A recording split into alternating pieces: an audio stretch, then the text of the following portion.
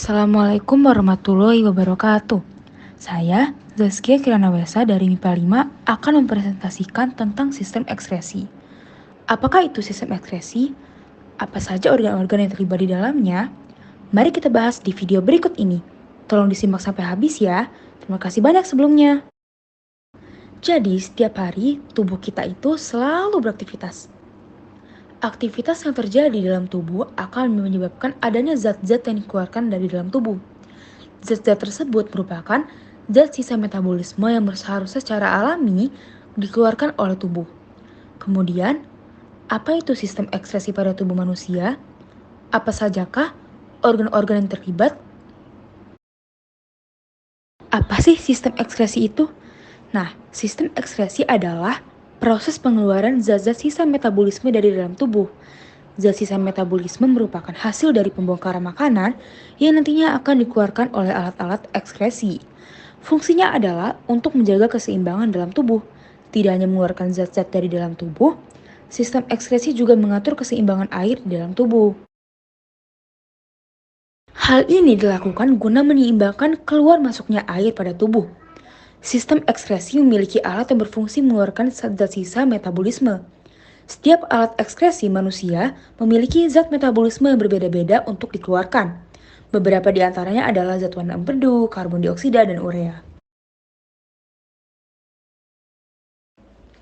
Selanjutnya, kita akan membahas organ-organ pada sistem ekskresi manusia.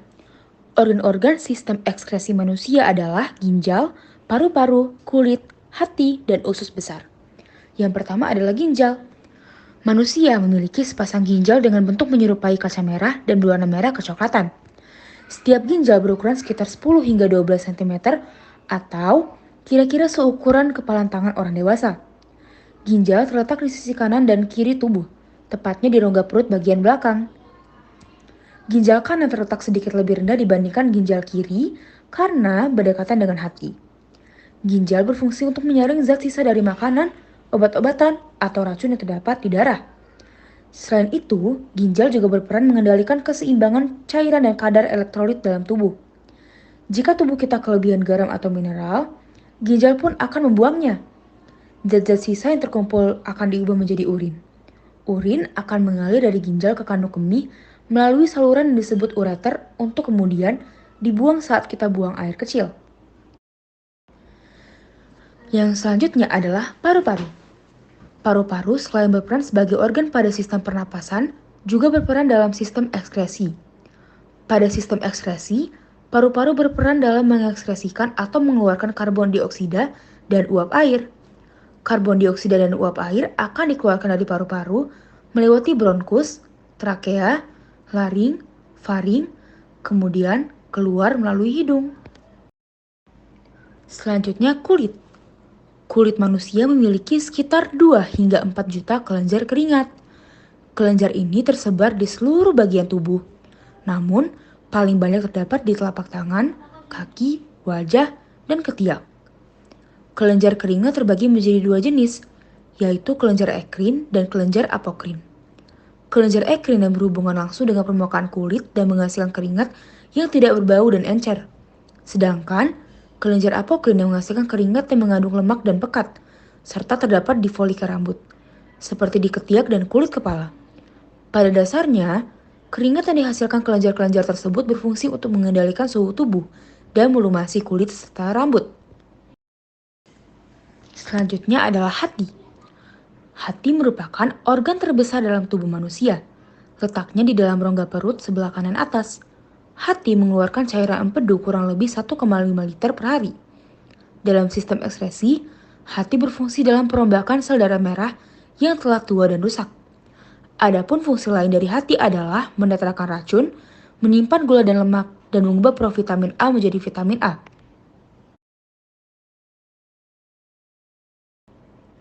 Dan yang terakhir adalah usus besar. Pada dasarnya, usus terbagi menjadi 2 bagian, yaitu usus kecil dan usus besar. Sebagian besar nutrisi dan sekitar 90% air yang terkandung dalam makanan dan minuman yang dikonsumsi setiap hari terserap ke dalam usus kecil. Sementara itu, usus besar berfungsi untuk menyerap sisa air dan nutrisi yang tidak bisa dicerna oleh usus kecil. Setelah diserap, sisa makanan dan minuman tersebut berubah menjadi feses, lalu dibuang melalui dubur saat kita buang air besar. Nah, setelah membahas organ-organ dari sistem ekstresi, kita move on yuk ke mekanisme pengeluaran zat-zat sisanya. Nah, salah satu yang dikeluarkan dari sistem ekstresi itu adalah keringat. Teman-teman suka penasaran gak sih gimana caranya keringat bisa keluar saat kita lelah?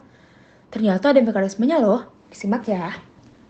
Yang pertama, proses pengeluaran keringat diatur oleh hipotalamus atau otak. Hipotalamus dapat menghasilkan enzim bradikinin yang bekerja mempengaruhi kegiatan kelenjar keringat. Jika hipotalamus mendapat rangsangan, misalnya berupa perubahan suhu pada pembuluh darah, maka rangsangan tersebut diteruskan oleh saraf simpatetik ke kelenjar keringat. Selanjutnya, kelenjar keringat akan menyerap air garam dan sedikit urea dari kapiler darah dan kemudian mengirimnya ke permukaan kulit dan bentuk keringat.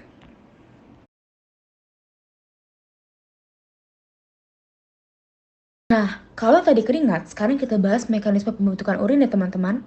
Bagaimanakah mekanisme pembentukan urin? Yang pertama adalah filtrasi atau penyaringan. Proses pembentukan urin diawali dari fase penyaringan darah yang memasuki ginjal dari pembuluh darah. Fase ini berlangsung pada badan Malpighi, bagian dari nefron ginjal yang termasuk kapsula Bowman dan glomerulus. Glomerulus sendiri memiliki fungsi utama menyaring semua zat sisa yang larut dalam darah dan mengeluarkan cairan sekaligus kelebihan elektrolit yang ada di dalam tubuh. Adapun zat yang bisa melalui penyaringan glomerulus adalah zat yang memiliki molekul kecil, misalnya garam, air, urea, amonia, glukosa, dan ion anorganik. Semua zat tersebut disebut dengan filtrat glomerulus atau urin primer. Namun, dari semua kandungan tersebut, tubuh masih memerlukan ion anorganik dan glukosa. Yang kedua ada reabsorpsi atau penyerapan kembali. Kemudian, urin primer akan memasuki tubulus proksimal, lalu berlanjut ke fase berikutnya, yaitu penyerapan kembali atau reabsorpsi. Berbagai zat yang masih diperlukan oleh tubuh. Proses ini akan kembali berlangsung sampai ke bagian lengkung Henle. Hasil dari fase ini bernama urin sekunder atau filtrat tubulus. Kandungan dari urin sekunder adalah urea, garam, pigmen empedu, dan air. Pigmen empedu sendiri memiliki peran untuk memberikan bau dan warna pada urin. Kemudian, urin sekunder akan memasuki tubulus contortus distal dan melalui proses penyerapan lagi berbagai zat yang tidak lagi diperlukan tubuh sekaligus kelebihan air. Pada tahap inilah urin terbentuk. Yang ketiga adalah augmentasi atau pengumpulan. Tahapan proses pembentukan urin terakhir adalah pengumpulan atau augmentasi nih teman-teman. Urin sekunder yang berasal dari tubulus contortus distal akan turun dan menuju ke tubulus collectivus atau saluran pengumpul. Selanjutnya, urin masuk dalam pelvis renalis dari saluran pengumpul dan mengalir ke ureter dan kantung kemih. Saat kantung kemih sudah penuh, urin yang keluar dari tubuh rata-rata sebanyak 1-2 liter per hari. Akan tetapi, jumlah ini berbeda untuk setiap orang, bergantung pada asupan air yang masuk ke tubuh. Banyaknya garam yang harus dikeluarkan dari darah sehingga tekanan osmosis tubuh tetap stabil dan peran hormon antidiuretik. Nah, kalau tadi kita sudah bahas pengertian, kemudian ada organ-organ, dan juga beberapa mekanisme pembentukan dari zat-zat sisanya, sekarang kita bahas kliennya pada sistem ekskresi ya teman-teman. Zat sisa metabolisme harus diproses dan dikeluarkan melalui proses ekskresi. Gangguan pada sistem ini bisa membuat limbah menumpuk di dalam tubuh sehingga memicu berbagai masalah kesehatan. Berikut ini beberapa masalah kesehatan pada sistem ekskresi manusia. Yang pertama adalah sirosis hati. Gangguan pada organ hati atau penyakit liver bisa dialami oleh siapa saja. Adapun tahap akhir dari penyakit hati dalam istilah medis disebut sebagai sirosis hati. Sirosis terjadi saat cedera hati meninggalkan jaringan parut yang membuat hati tidak bisa bekerja normal. Ini bisa disebabkan oleh konsumsi alkohol berlebihan, infeksi virus, atau efek obat-obatan. Selanjutnya yang sering kita dengar adalah pneumonia. Pneumonia atau seringkali disebut paru-paru basah terjadi akibat infeksi bakteri, virus, atau jamur. Penyakit ini menyebabkan peradangan dan pembengkakan pada kantong udara atau alveolus. Gangguan pada sistem ekskresi ini menyerang alveolus yang berperan penting dalam proses pertukaran gas oksigen dan karbon dioksida. Akibatnya, oksigen dan paru-paru sulit mengalir ke pembuluh darah. Pengidapnya akan mengalami gejala sesak nafas, sakit dada, batuk berdahak, dan demam. Kemudian adalah infeksi saluran kemih. Pertumbuhan bakteri yang masuk ke dalam saluran kencing bisa menyebabkan infeksi saluran kemih. Umumnya bakteri Escherichia coli menjadi penyebab penyakit ini. Infeksi saluran kemih lebih sering dialami oleh wanita. Meskipun begitu, pria, orang-orang parubaya, dan anak-anak juga berisiko. Gangguan kesehatan ini bisa menyebabkan rasa panas saat buang air kecil, atau anyang-anyangan, nyeri panggul, serta urin keruh dan berbau tajam. Selanjutnya adalah batu ginjal. Salah satu gangguan sistem ekskresi yang umum menyerang ginjal yakni batu ginjal. Penyakit ini disebabkan oleh pembentukan endapan keras dari mineral dan garam di dalam ginjal. Kelebihan asupan kalsium, kadar asam urat tinggi, infeksi hingga faktor genetik dapat meningkatkan risiko munculnya batu dalam ginjal Anda. Pengidap penyakit ginjal ini mungkin mengalami nyeri pada bagian belakang dan bawah tulang rusuk, rasa terbakar saat berkemih, kencing berdarah, demam, mual, dan muntah. Selanjutnya adalah radang usus besar. Usus besar atau kolon menghasilkan limbah berupa feses. Salah satu gangguan pada organ ekskresi ini adalah radang usus besar atau pankolitis. Kondisi ini ditandai dengan nyeri perut, mual, muntah, diare, perdarahan anus, demam, kelelahan, serta penurunan nafsu makan dan berat badan. Radang usus besar bisa memengaruhi seluruh lapisan organ usus besar. Peradangan yang makin meluas itu akan memperparah gejala yang Anda alami. Kemudian adalah masalah yang sangat umum muncul, apalagi kepada remaja ya, yaitu jerawat. Kulit berjerawat merupakan masalah kulit yang dikeluhkan banyak kalangan. Jerawat muncul saat keringat dan sel kulit mati menumpuk dalam pori-pori yang tersumbat. Lalu terjadi pertumbuhan bakteri di dalamnya. Setiap orang bisa mengalami masalah kulit ini. Akan tetapi, jerawat lebih sering terjadi selama masa remaja akibat pengaruh hormon androgen yang meningkat pada masa pubertas. Tanda dan gejala jerawat bergantung pada tingkat keparahannya, mulai dari bintik putih atau hitam, bintilan berisi nanah, hingga benjolan pada kulit yang terasa sakit. Akhirnya kita sampai di penghujung pembahasan ini, yaitu cara mencegah gangguan sistem ekskresi. Pola hidup sehat umumnya bisa membantu Anda mencegah datangnya masalah kesehatan. Ada pepatah yang bilang bahwa mencegah lebih baik daripada mengobati. Maka inilah beberapa cara untuk mencegah penyakit-penyakit pada sistem ekskresi. Yang pertama, lebih bijak memiliki asupan makanan yang sehat dan mengandung zat gizi seimbang, termasuk karbohidrat, protein, vitamin, dan mineral.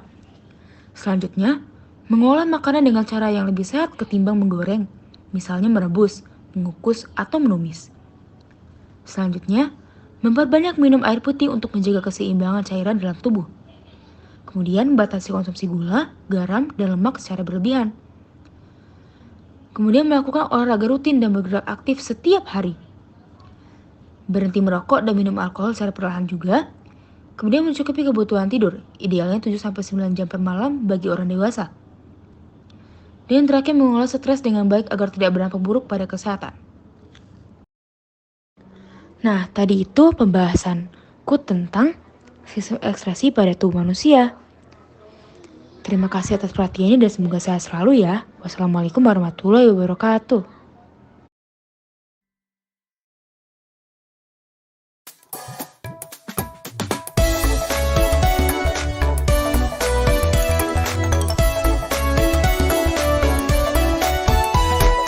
Tubuhku sehat, tubuhku kuat.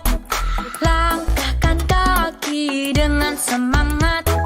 Tangan di pinggang, jalan di tempat. Renangkan tangan, lalu lompat-lompat. Tubuhku sehat, tubuhku kuat.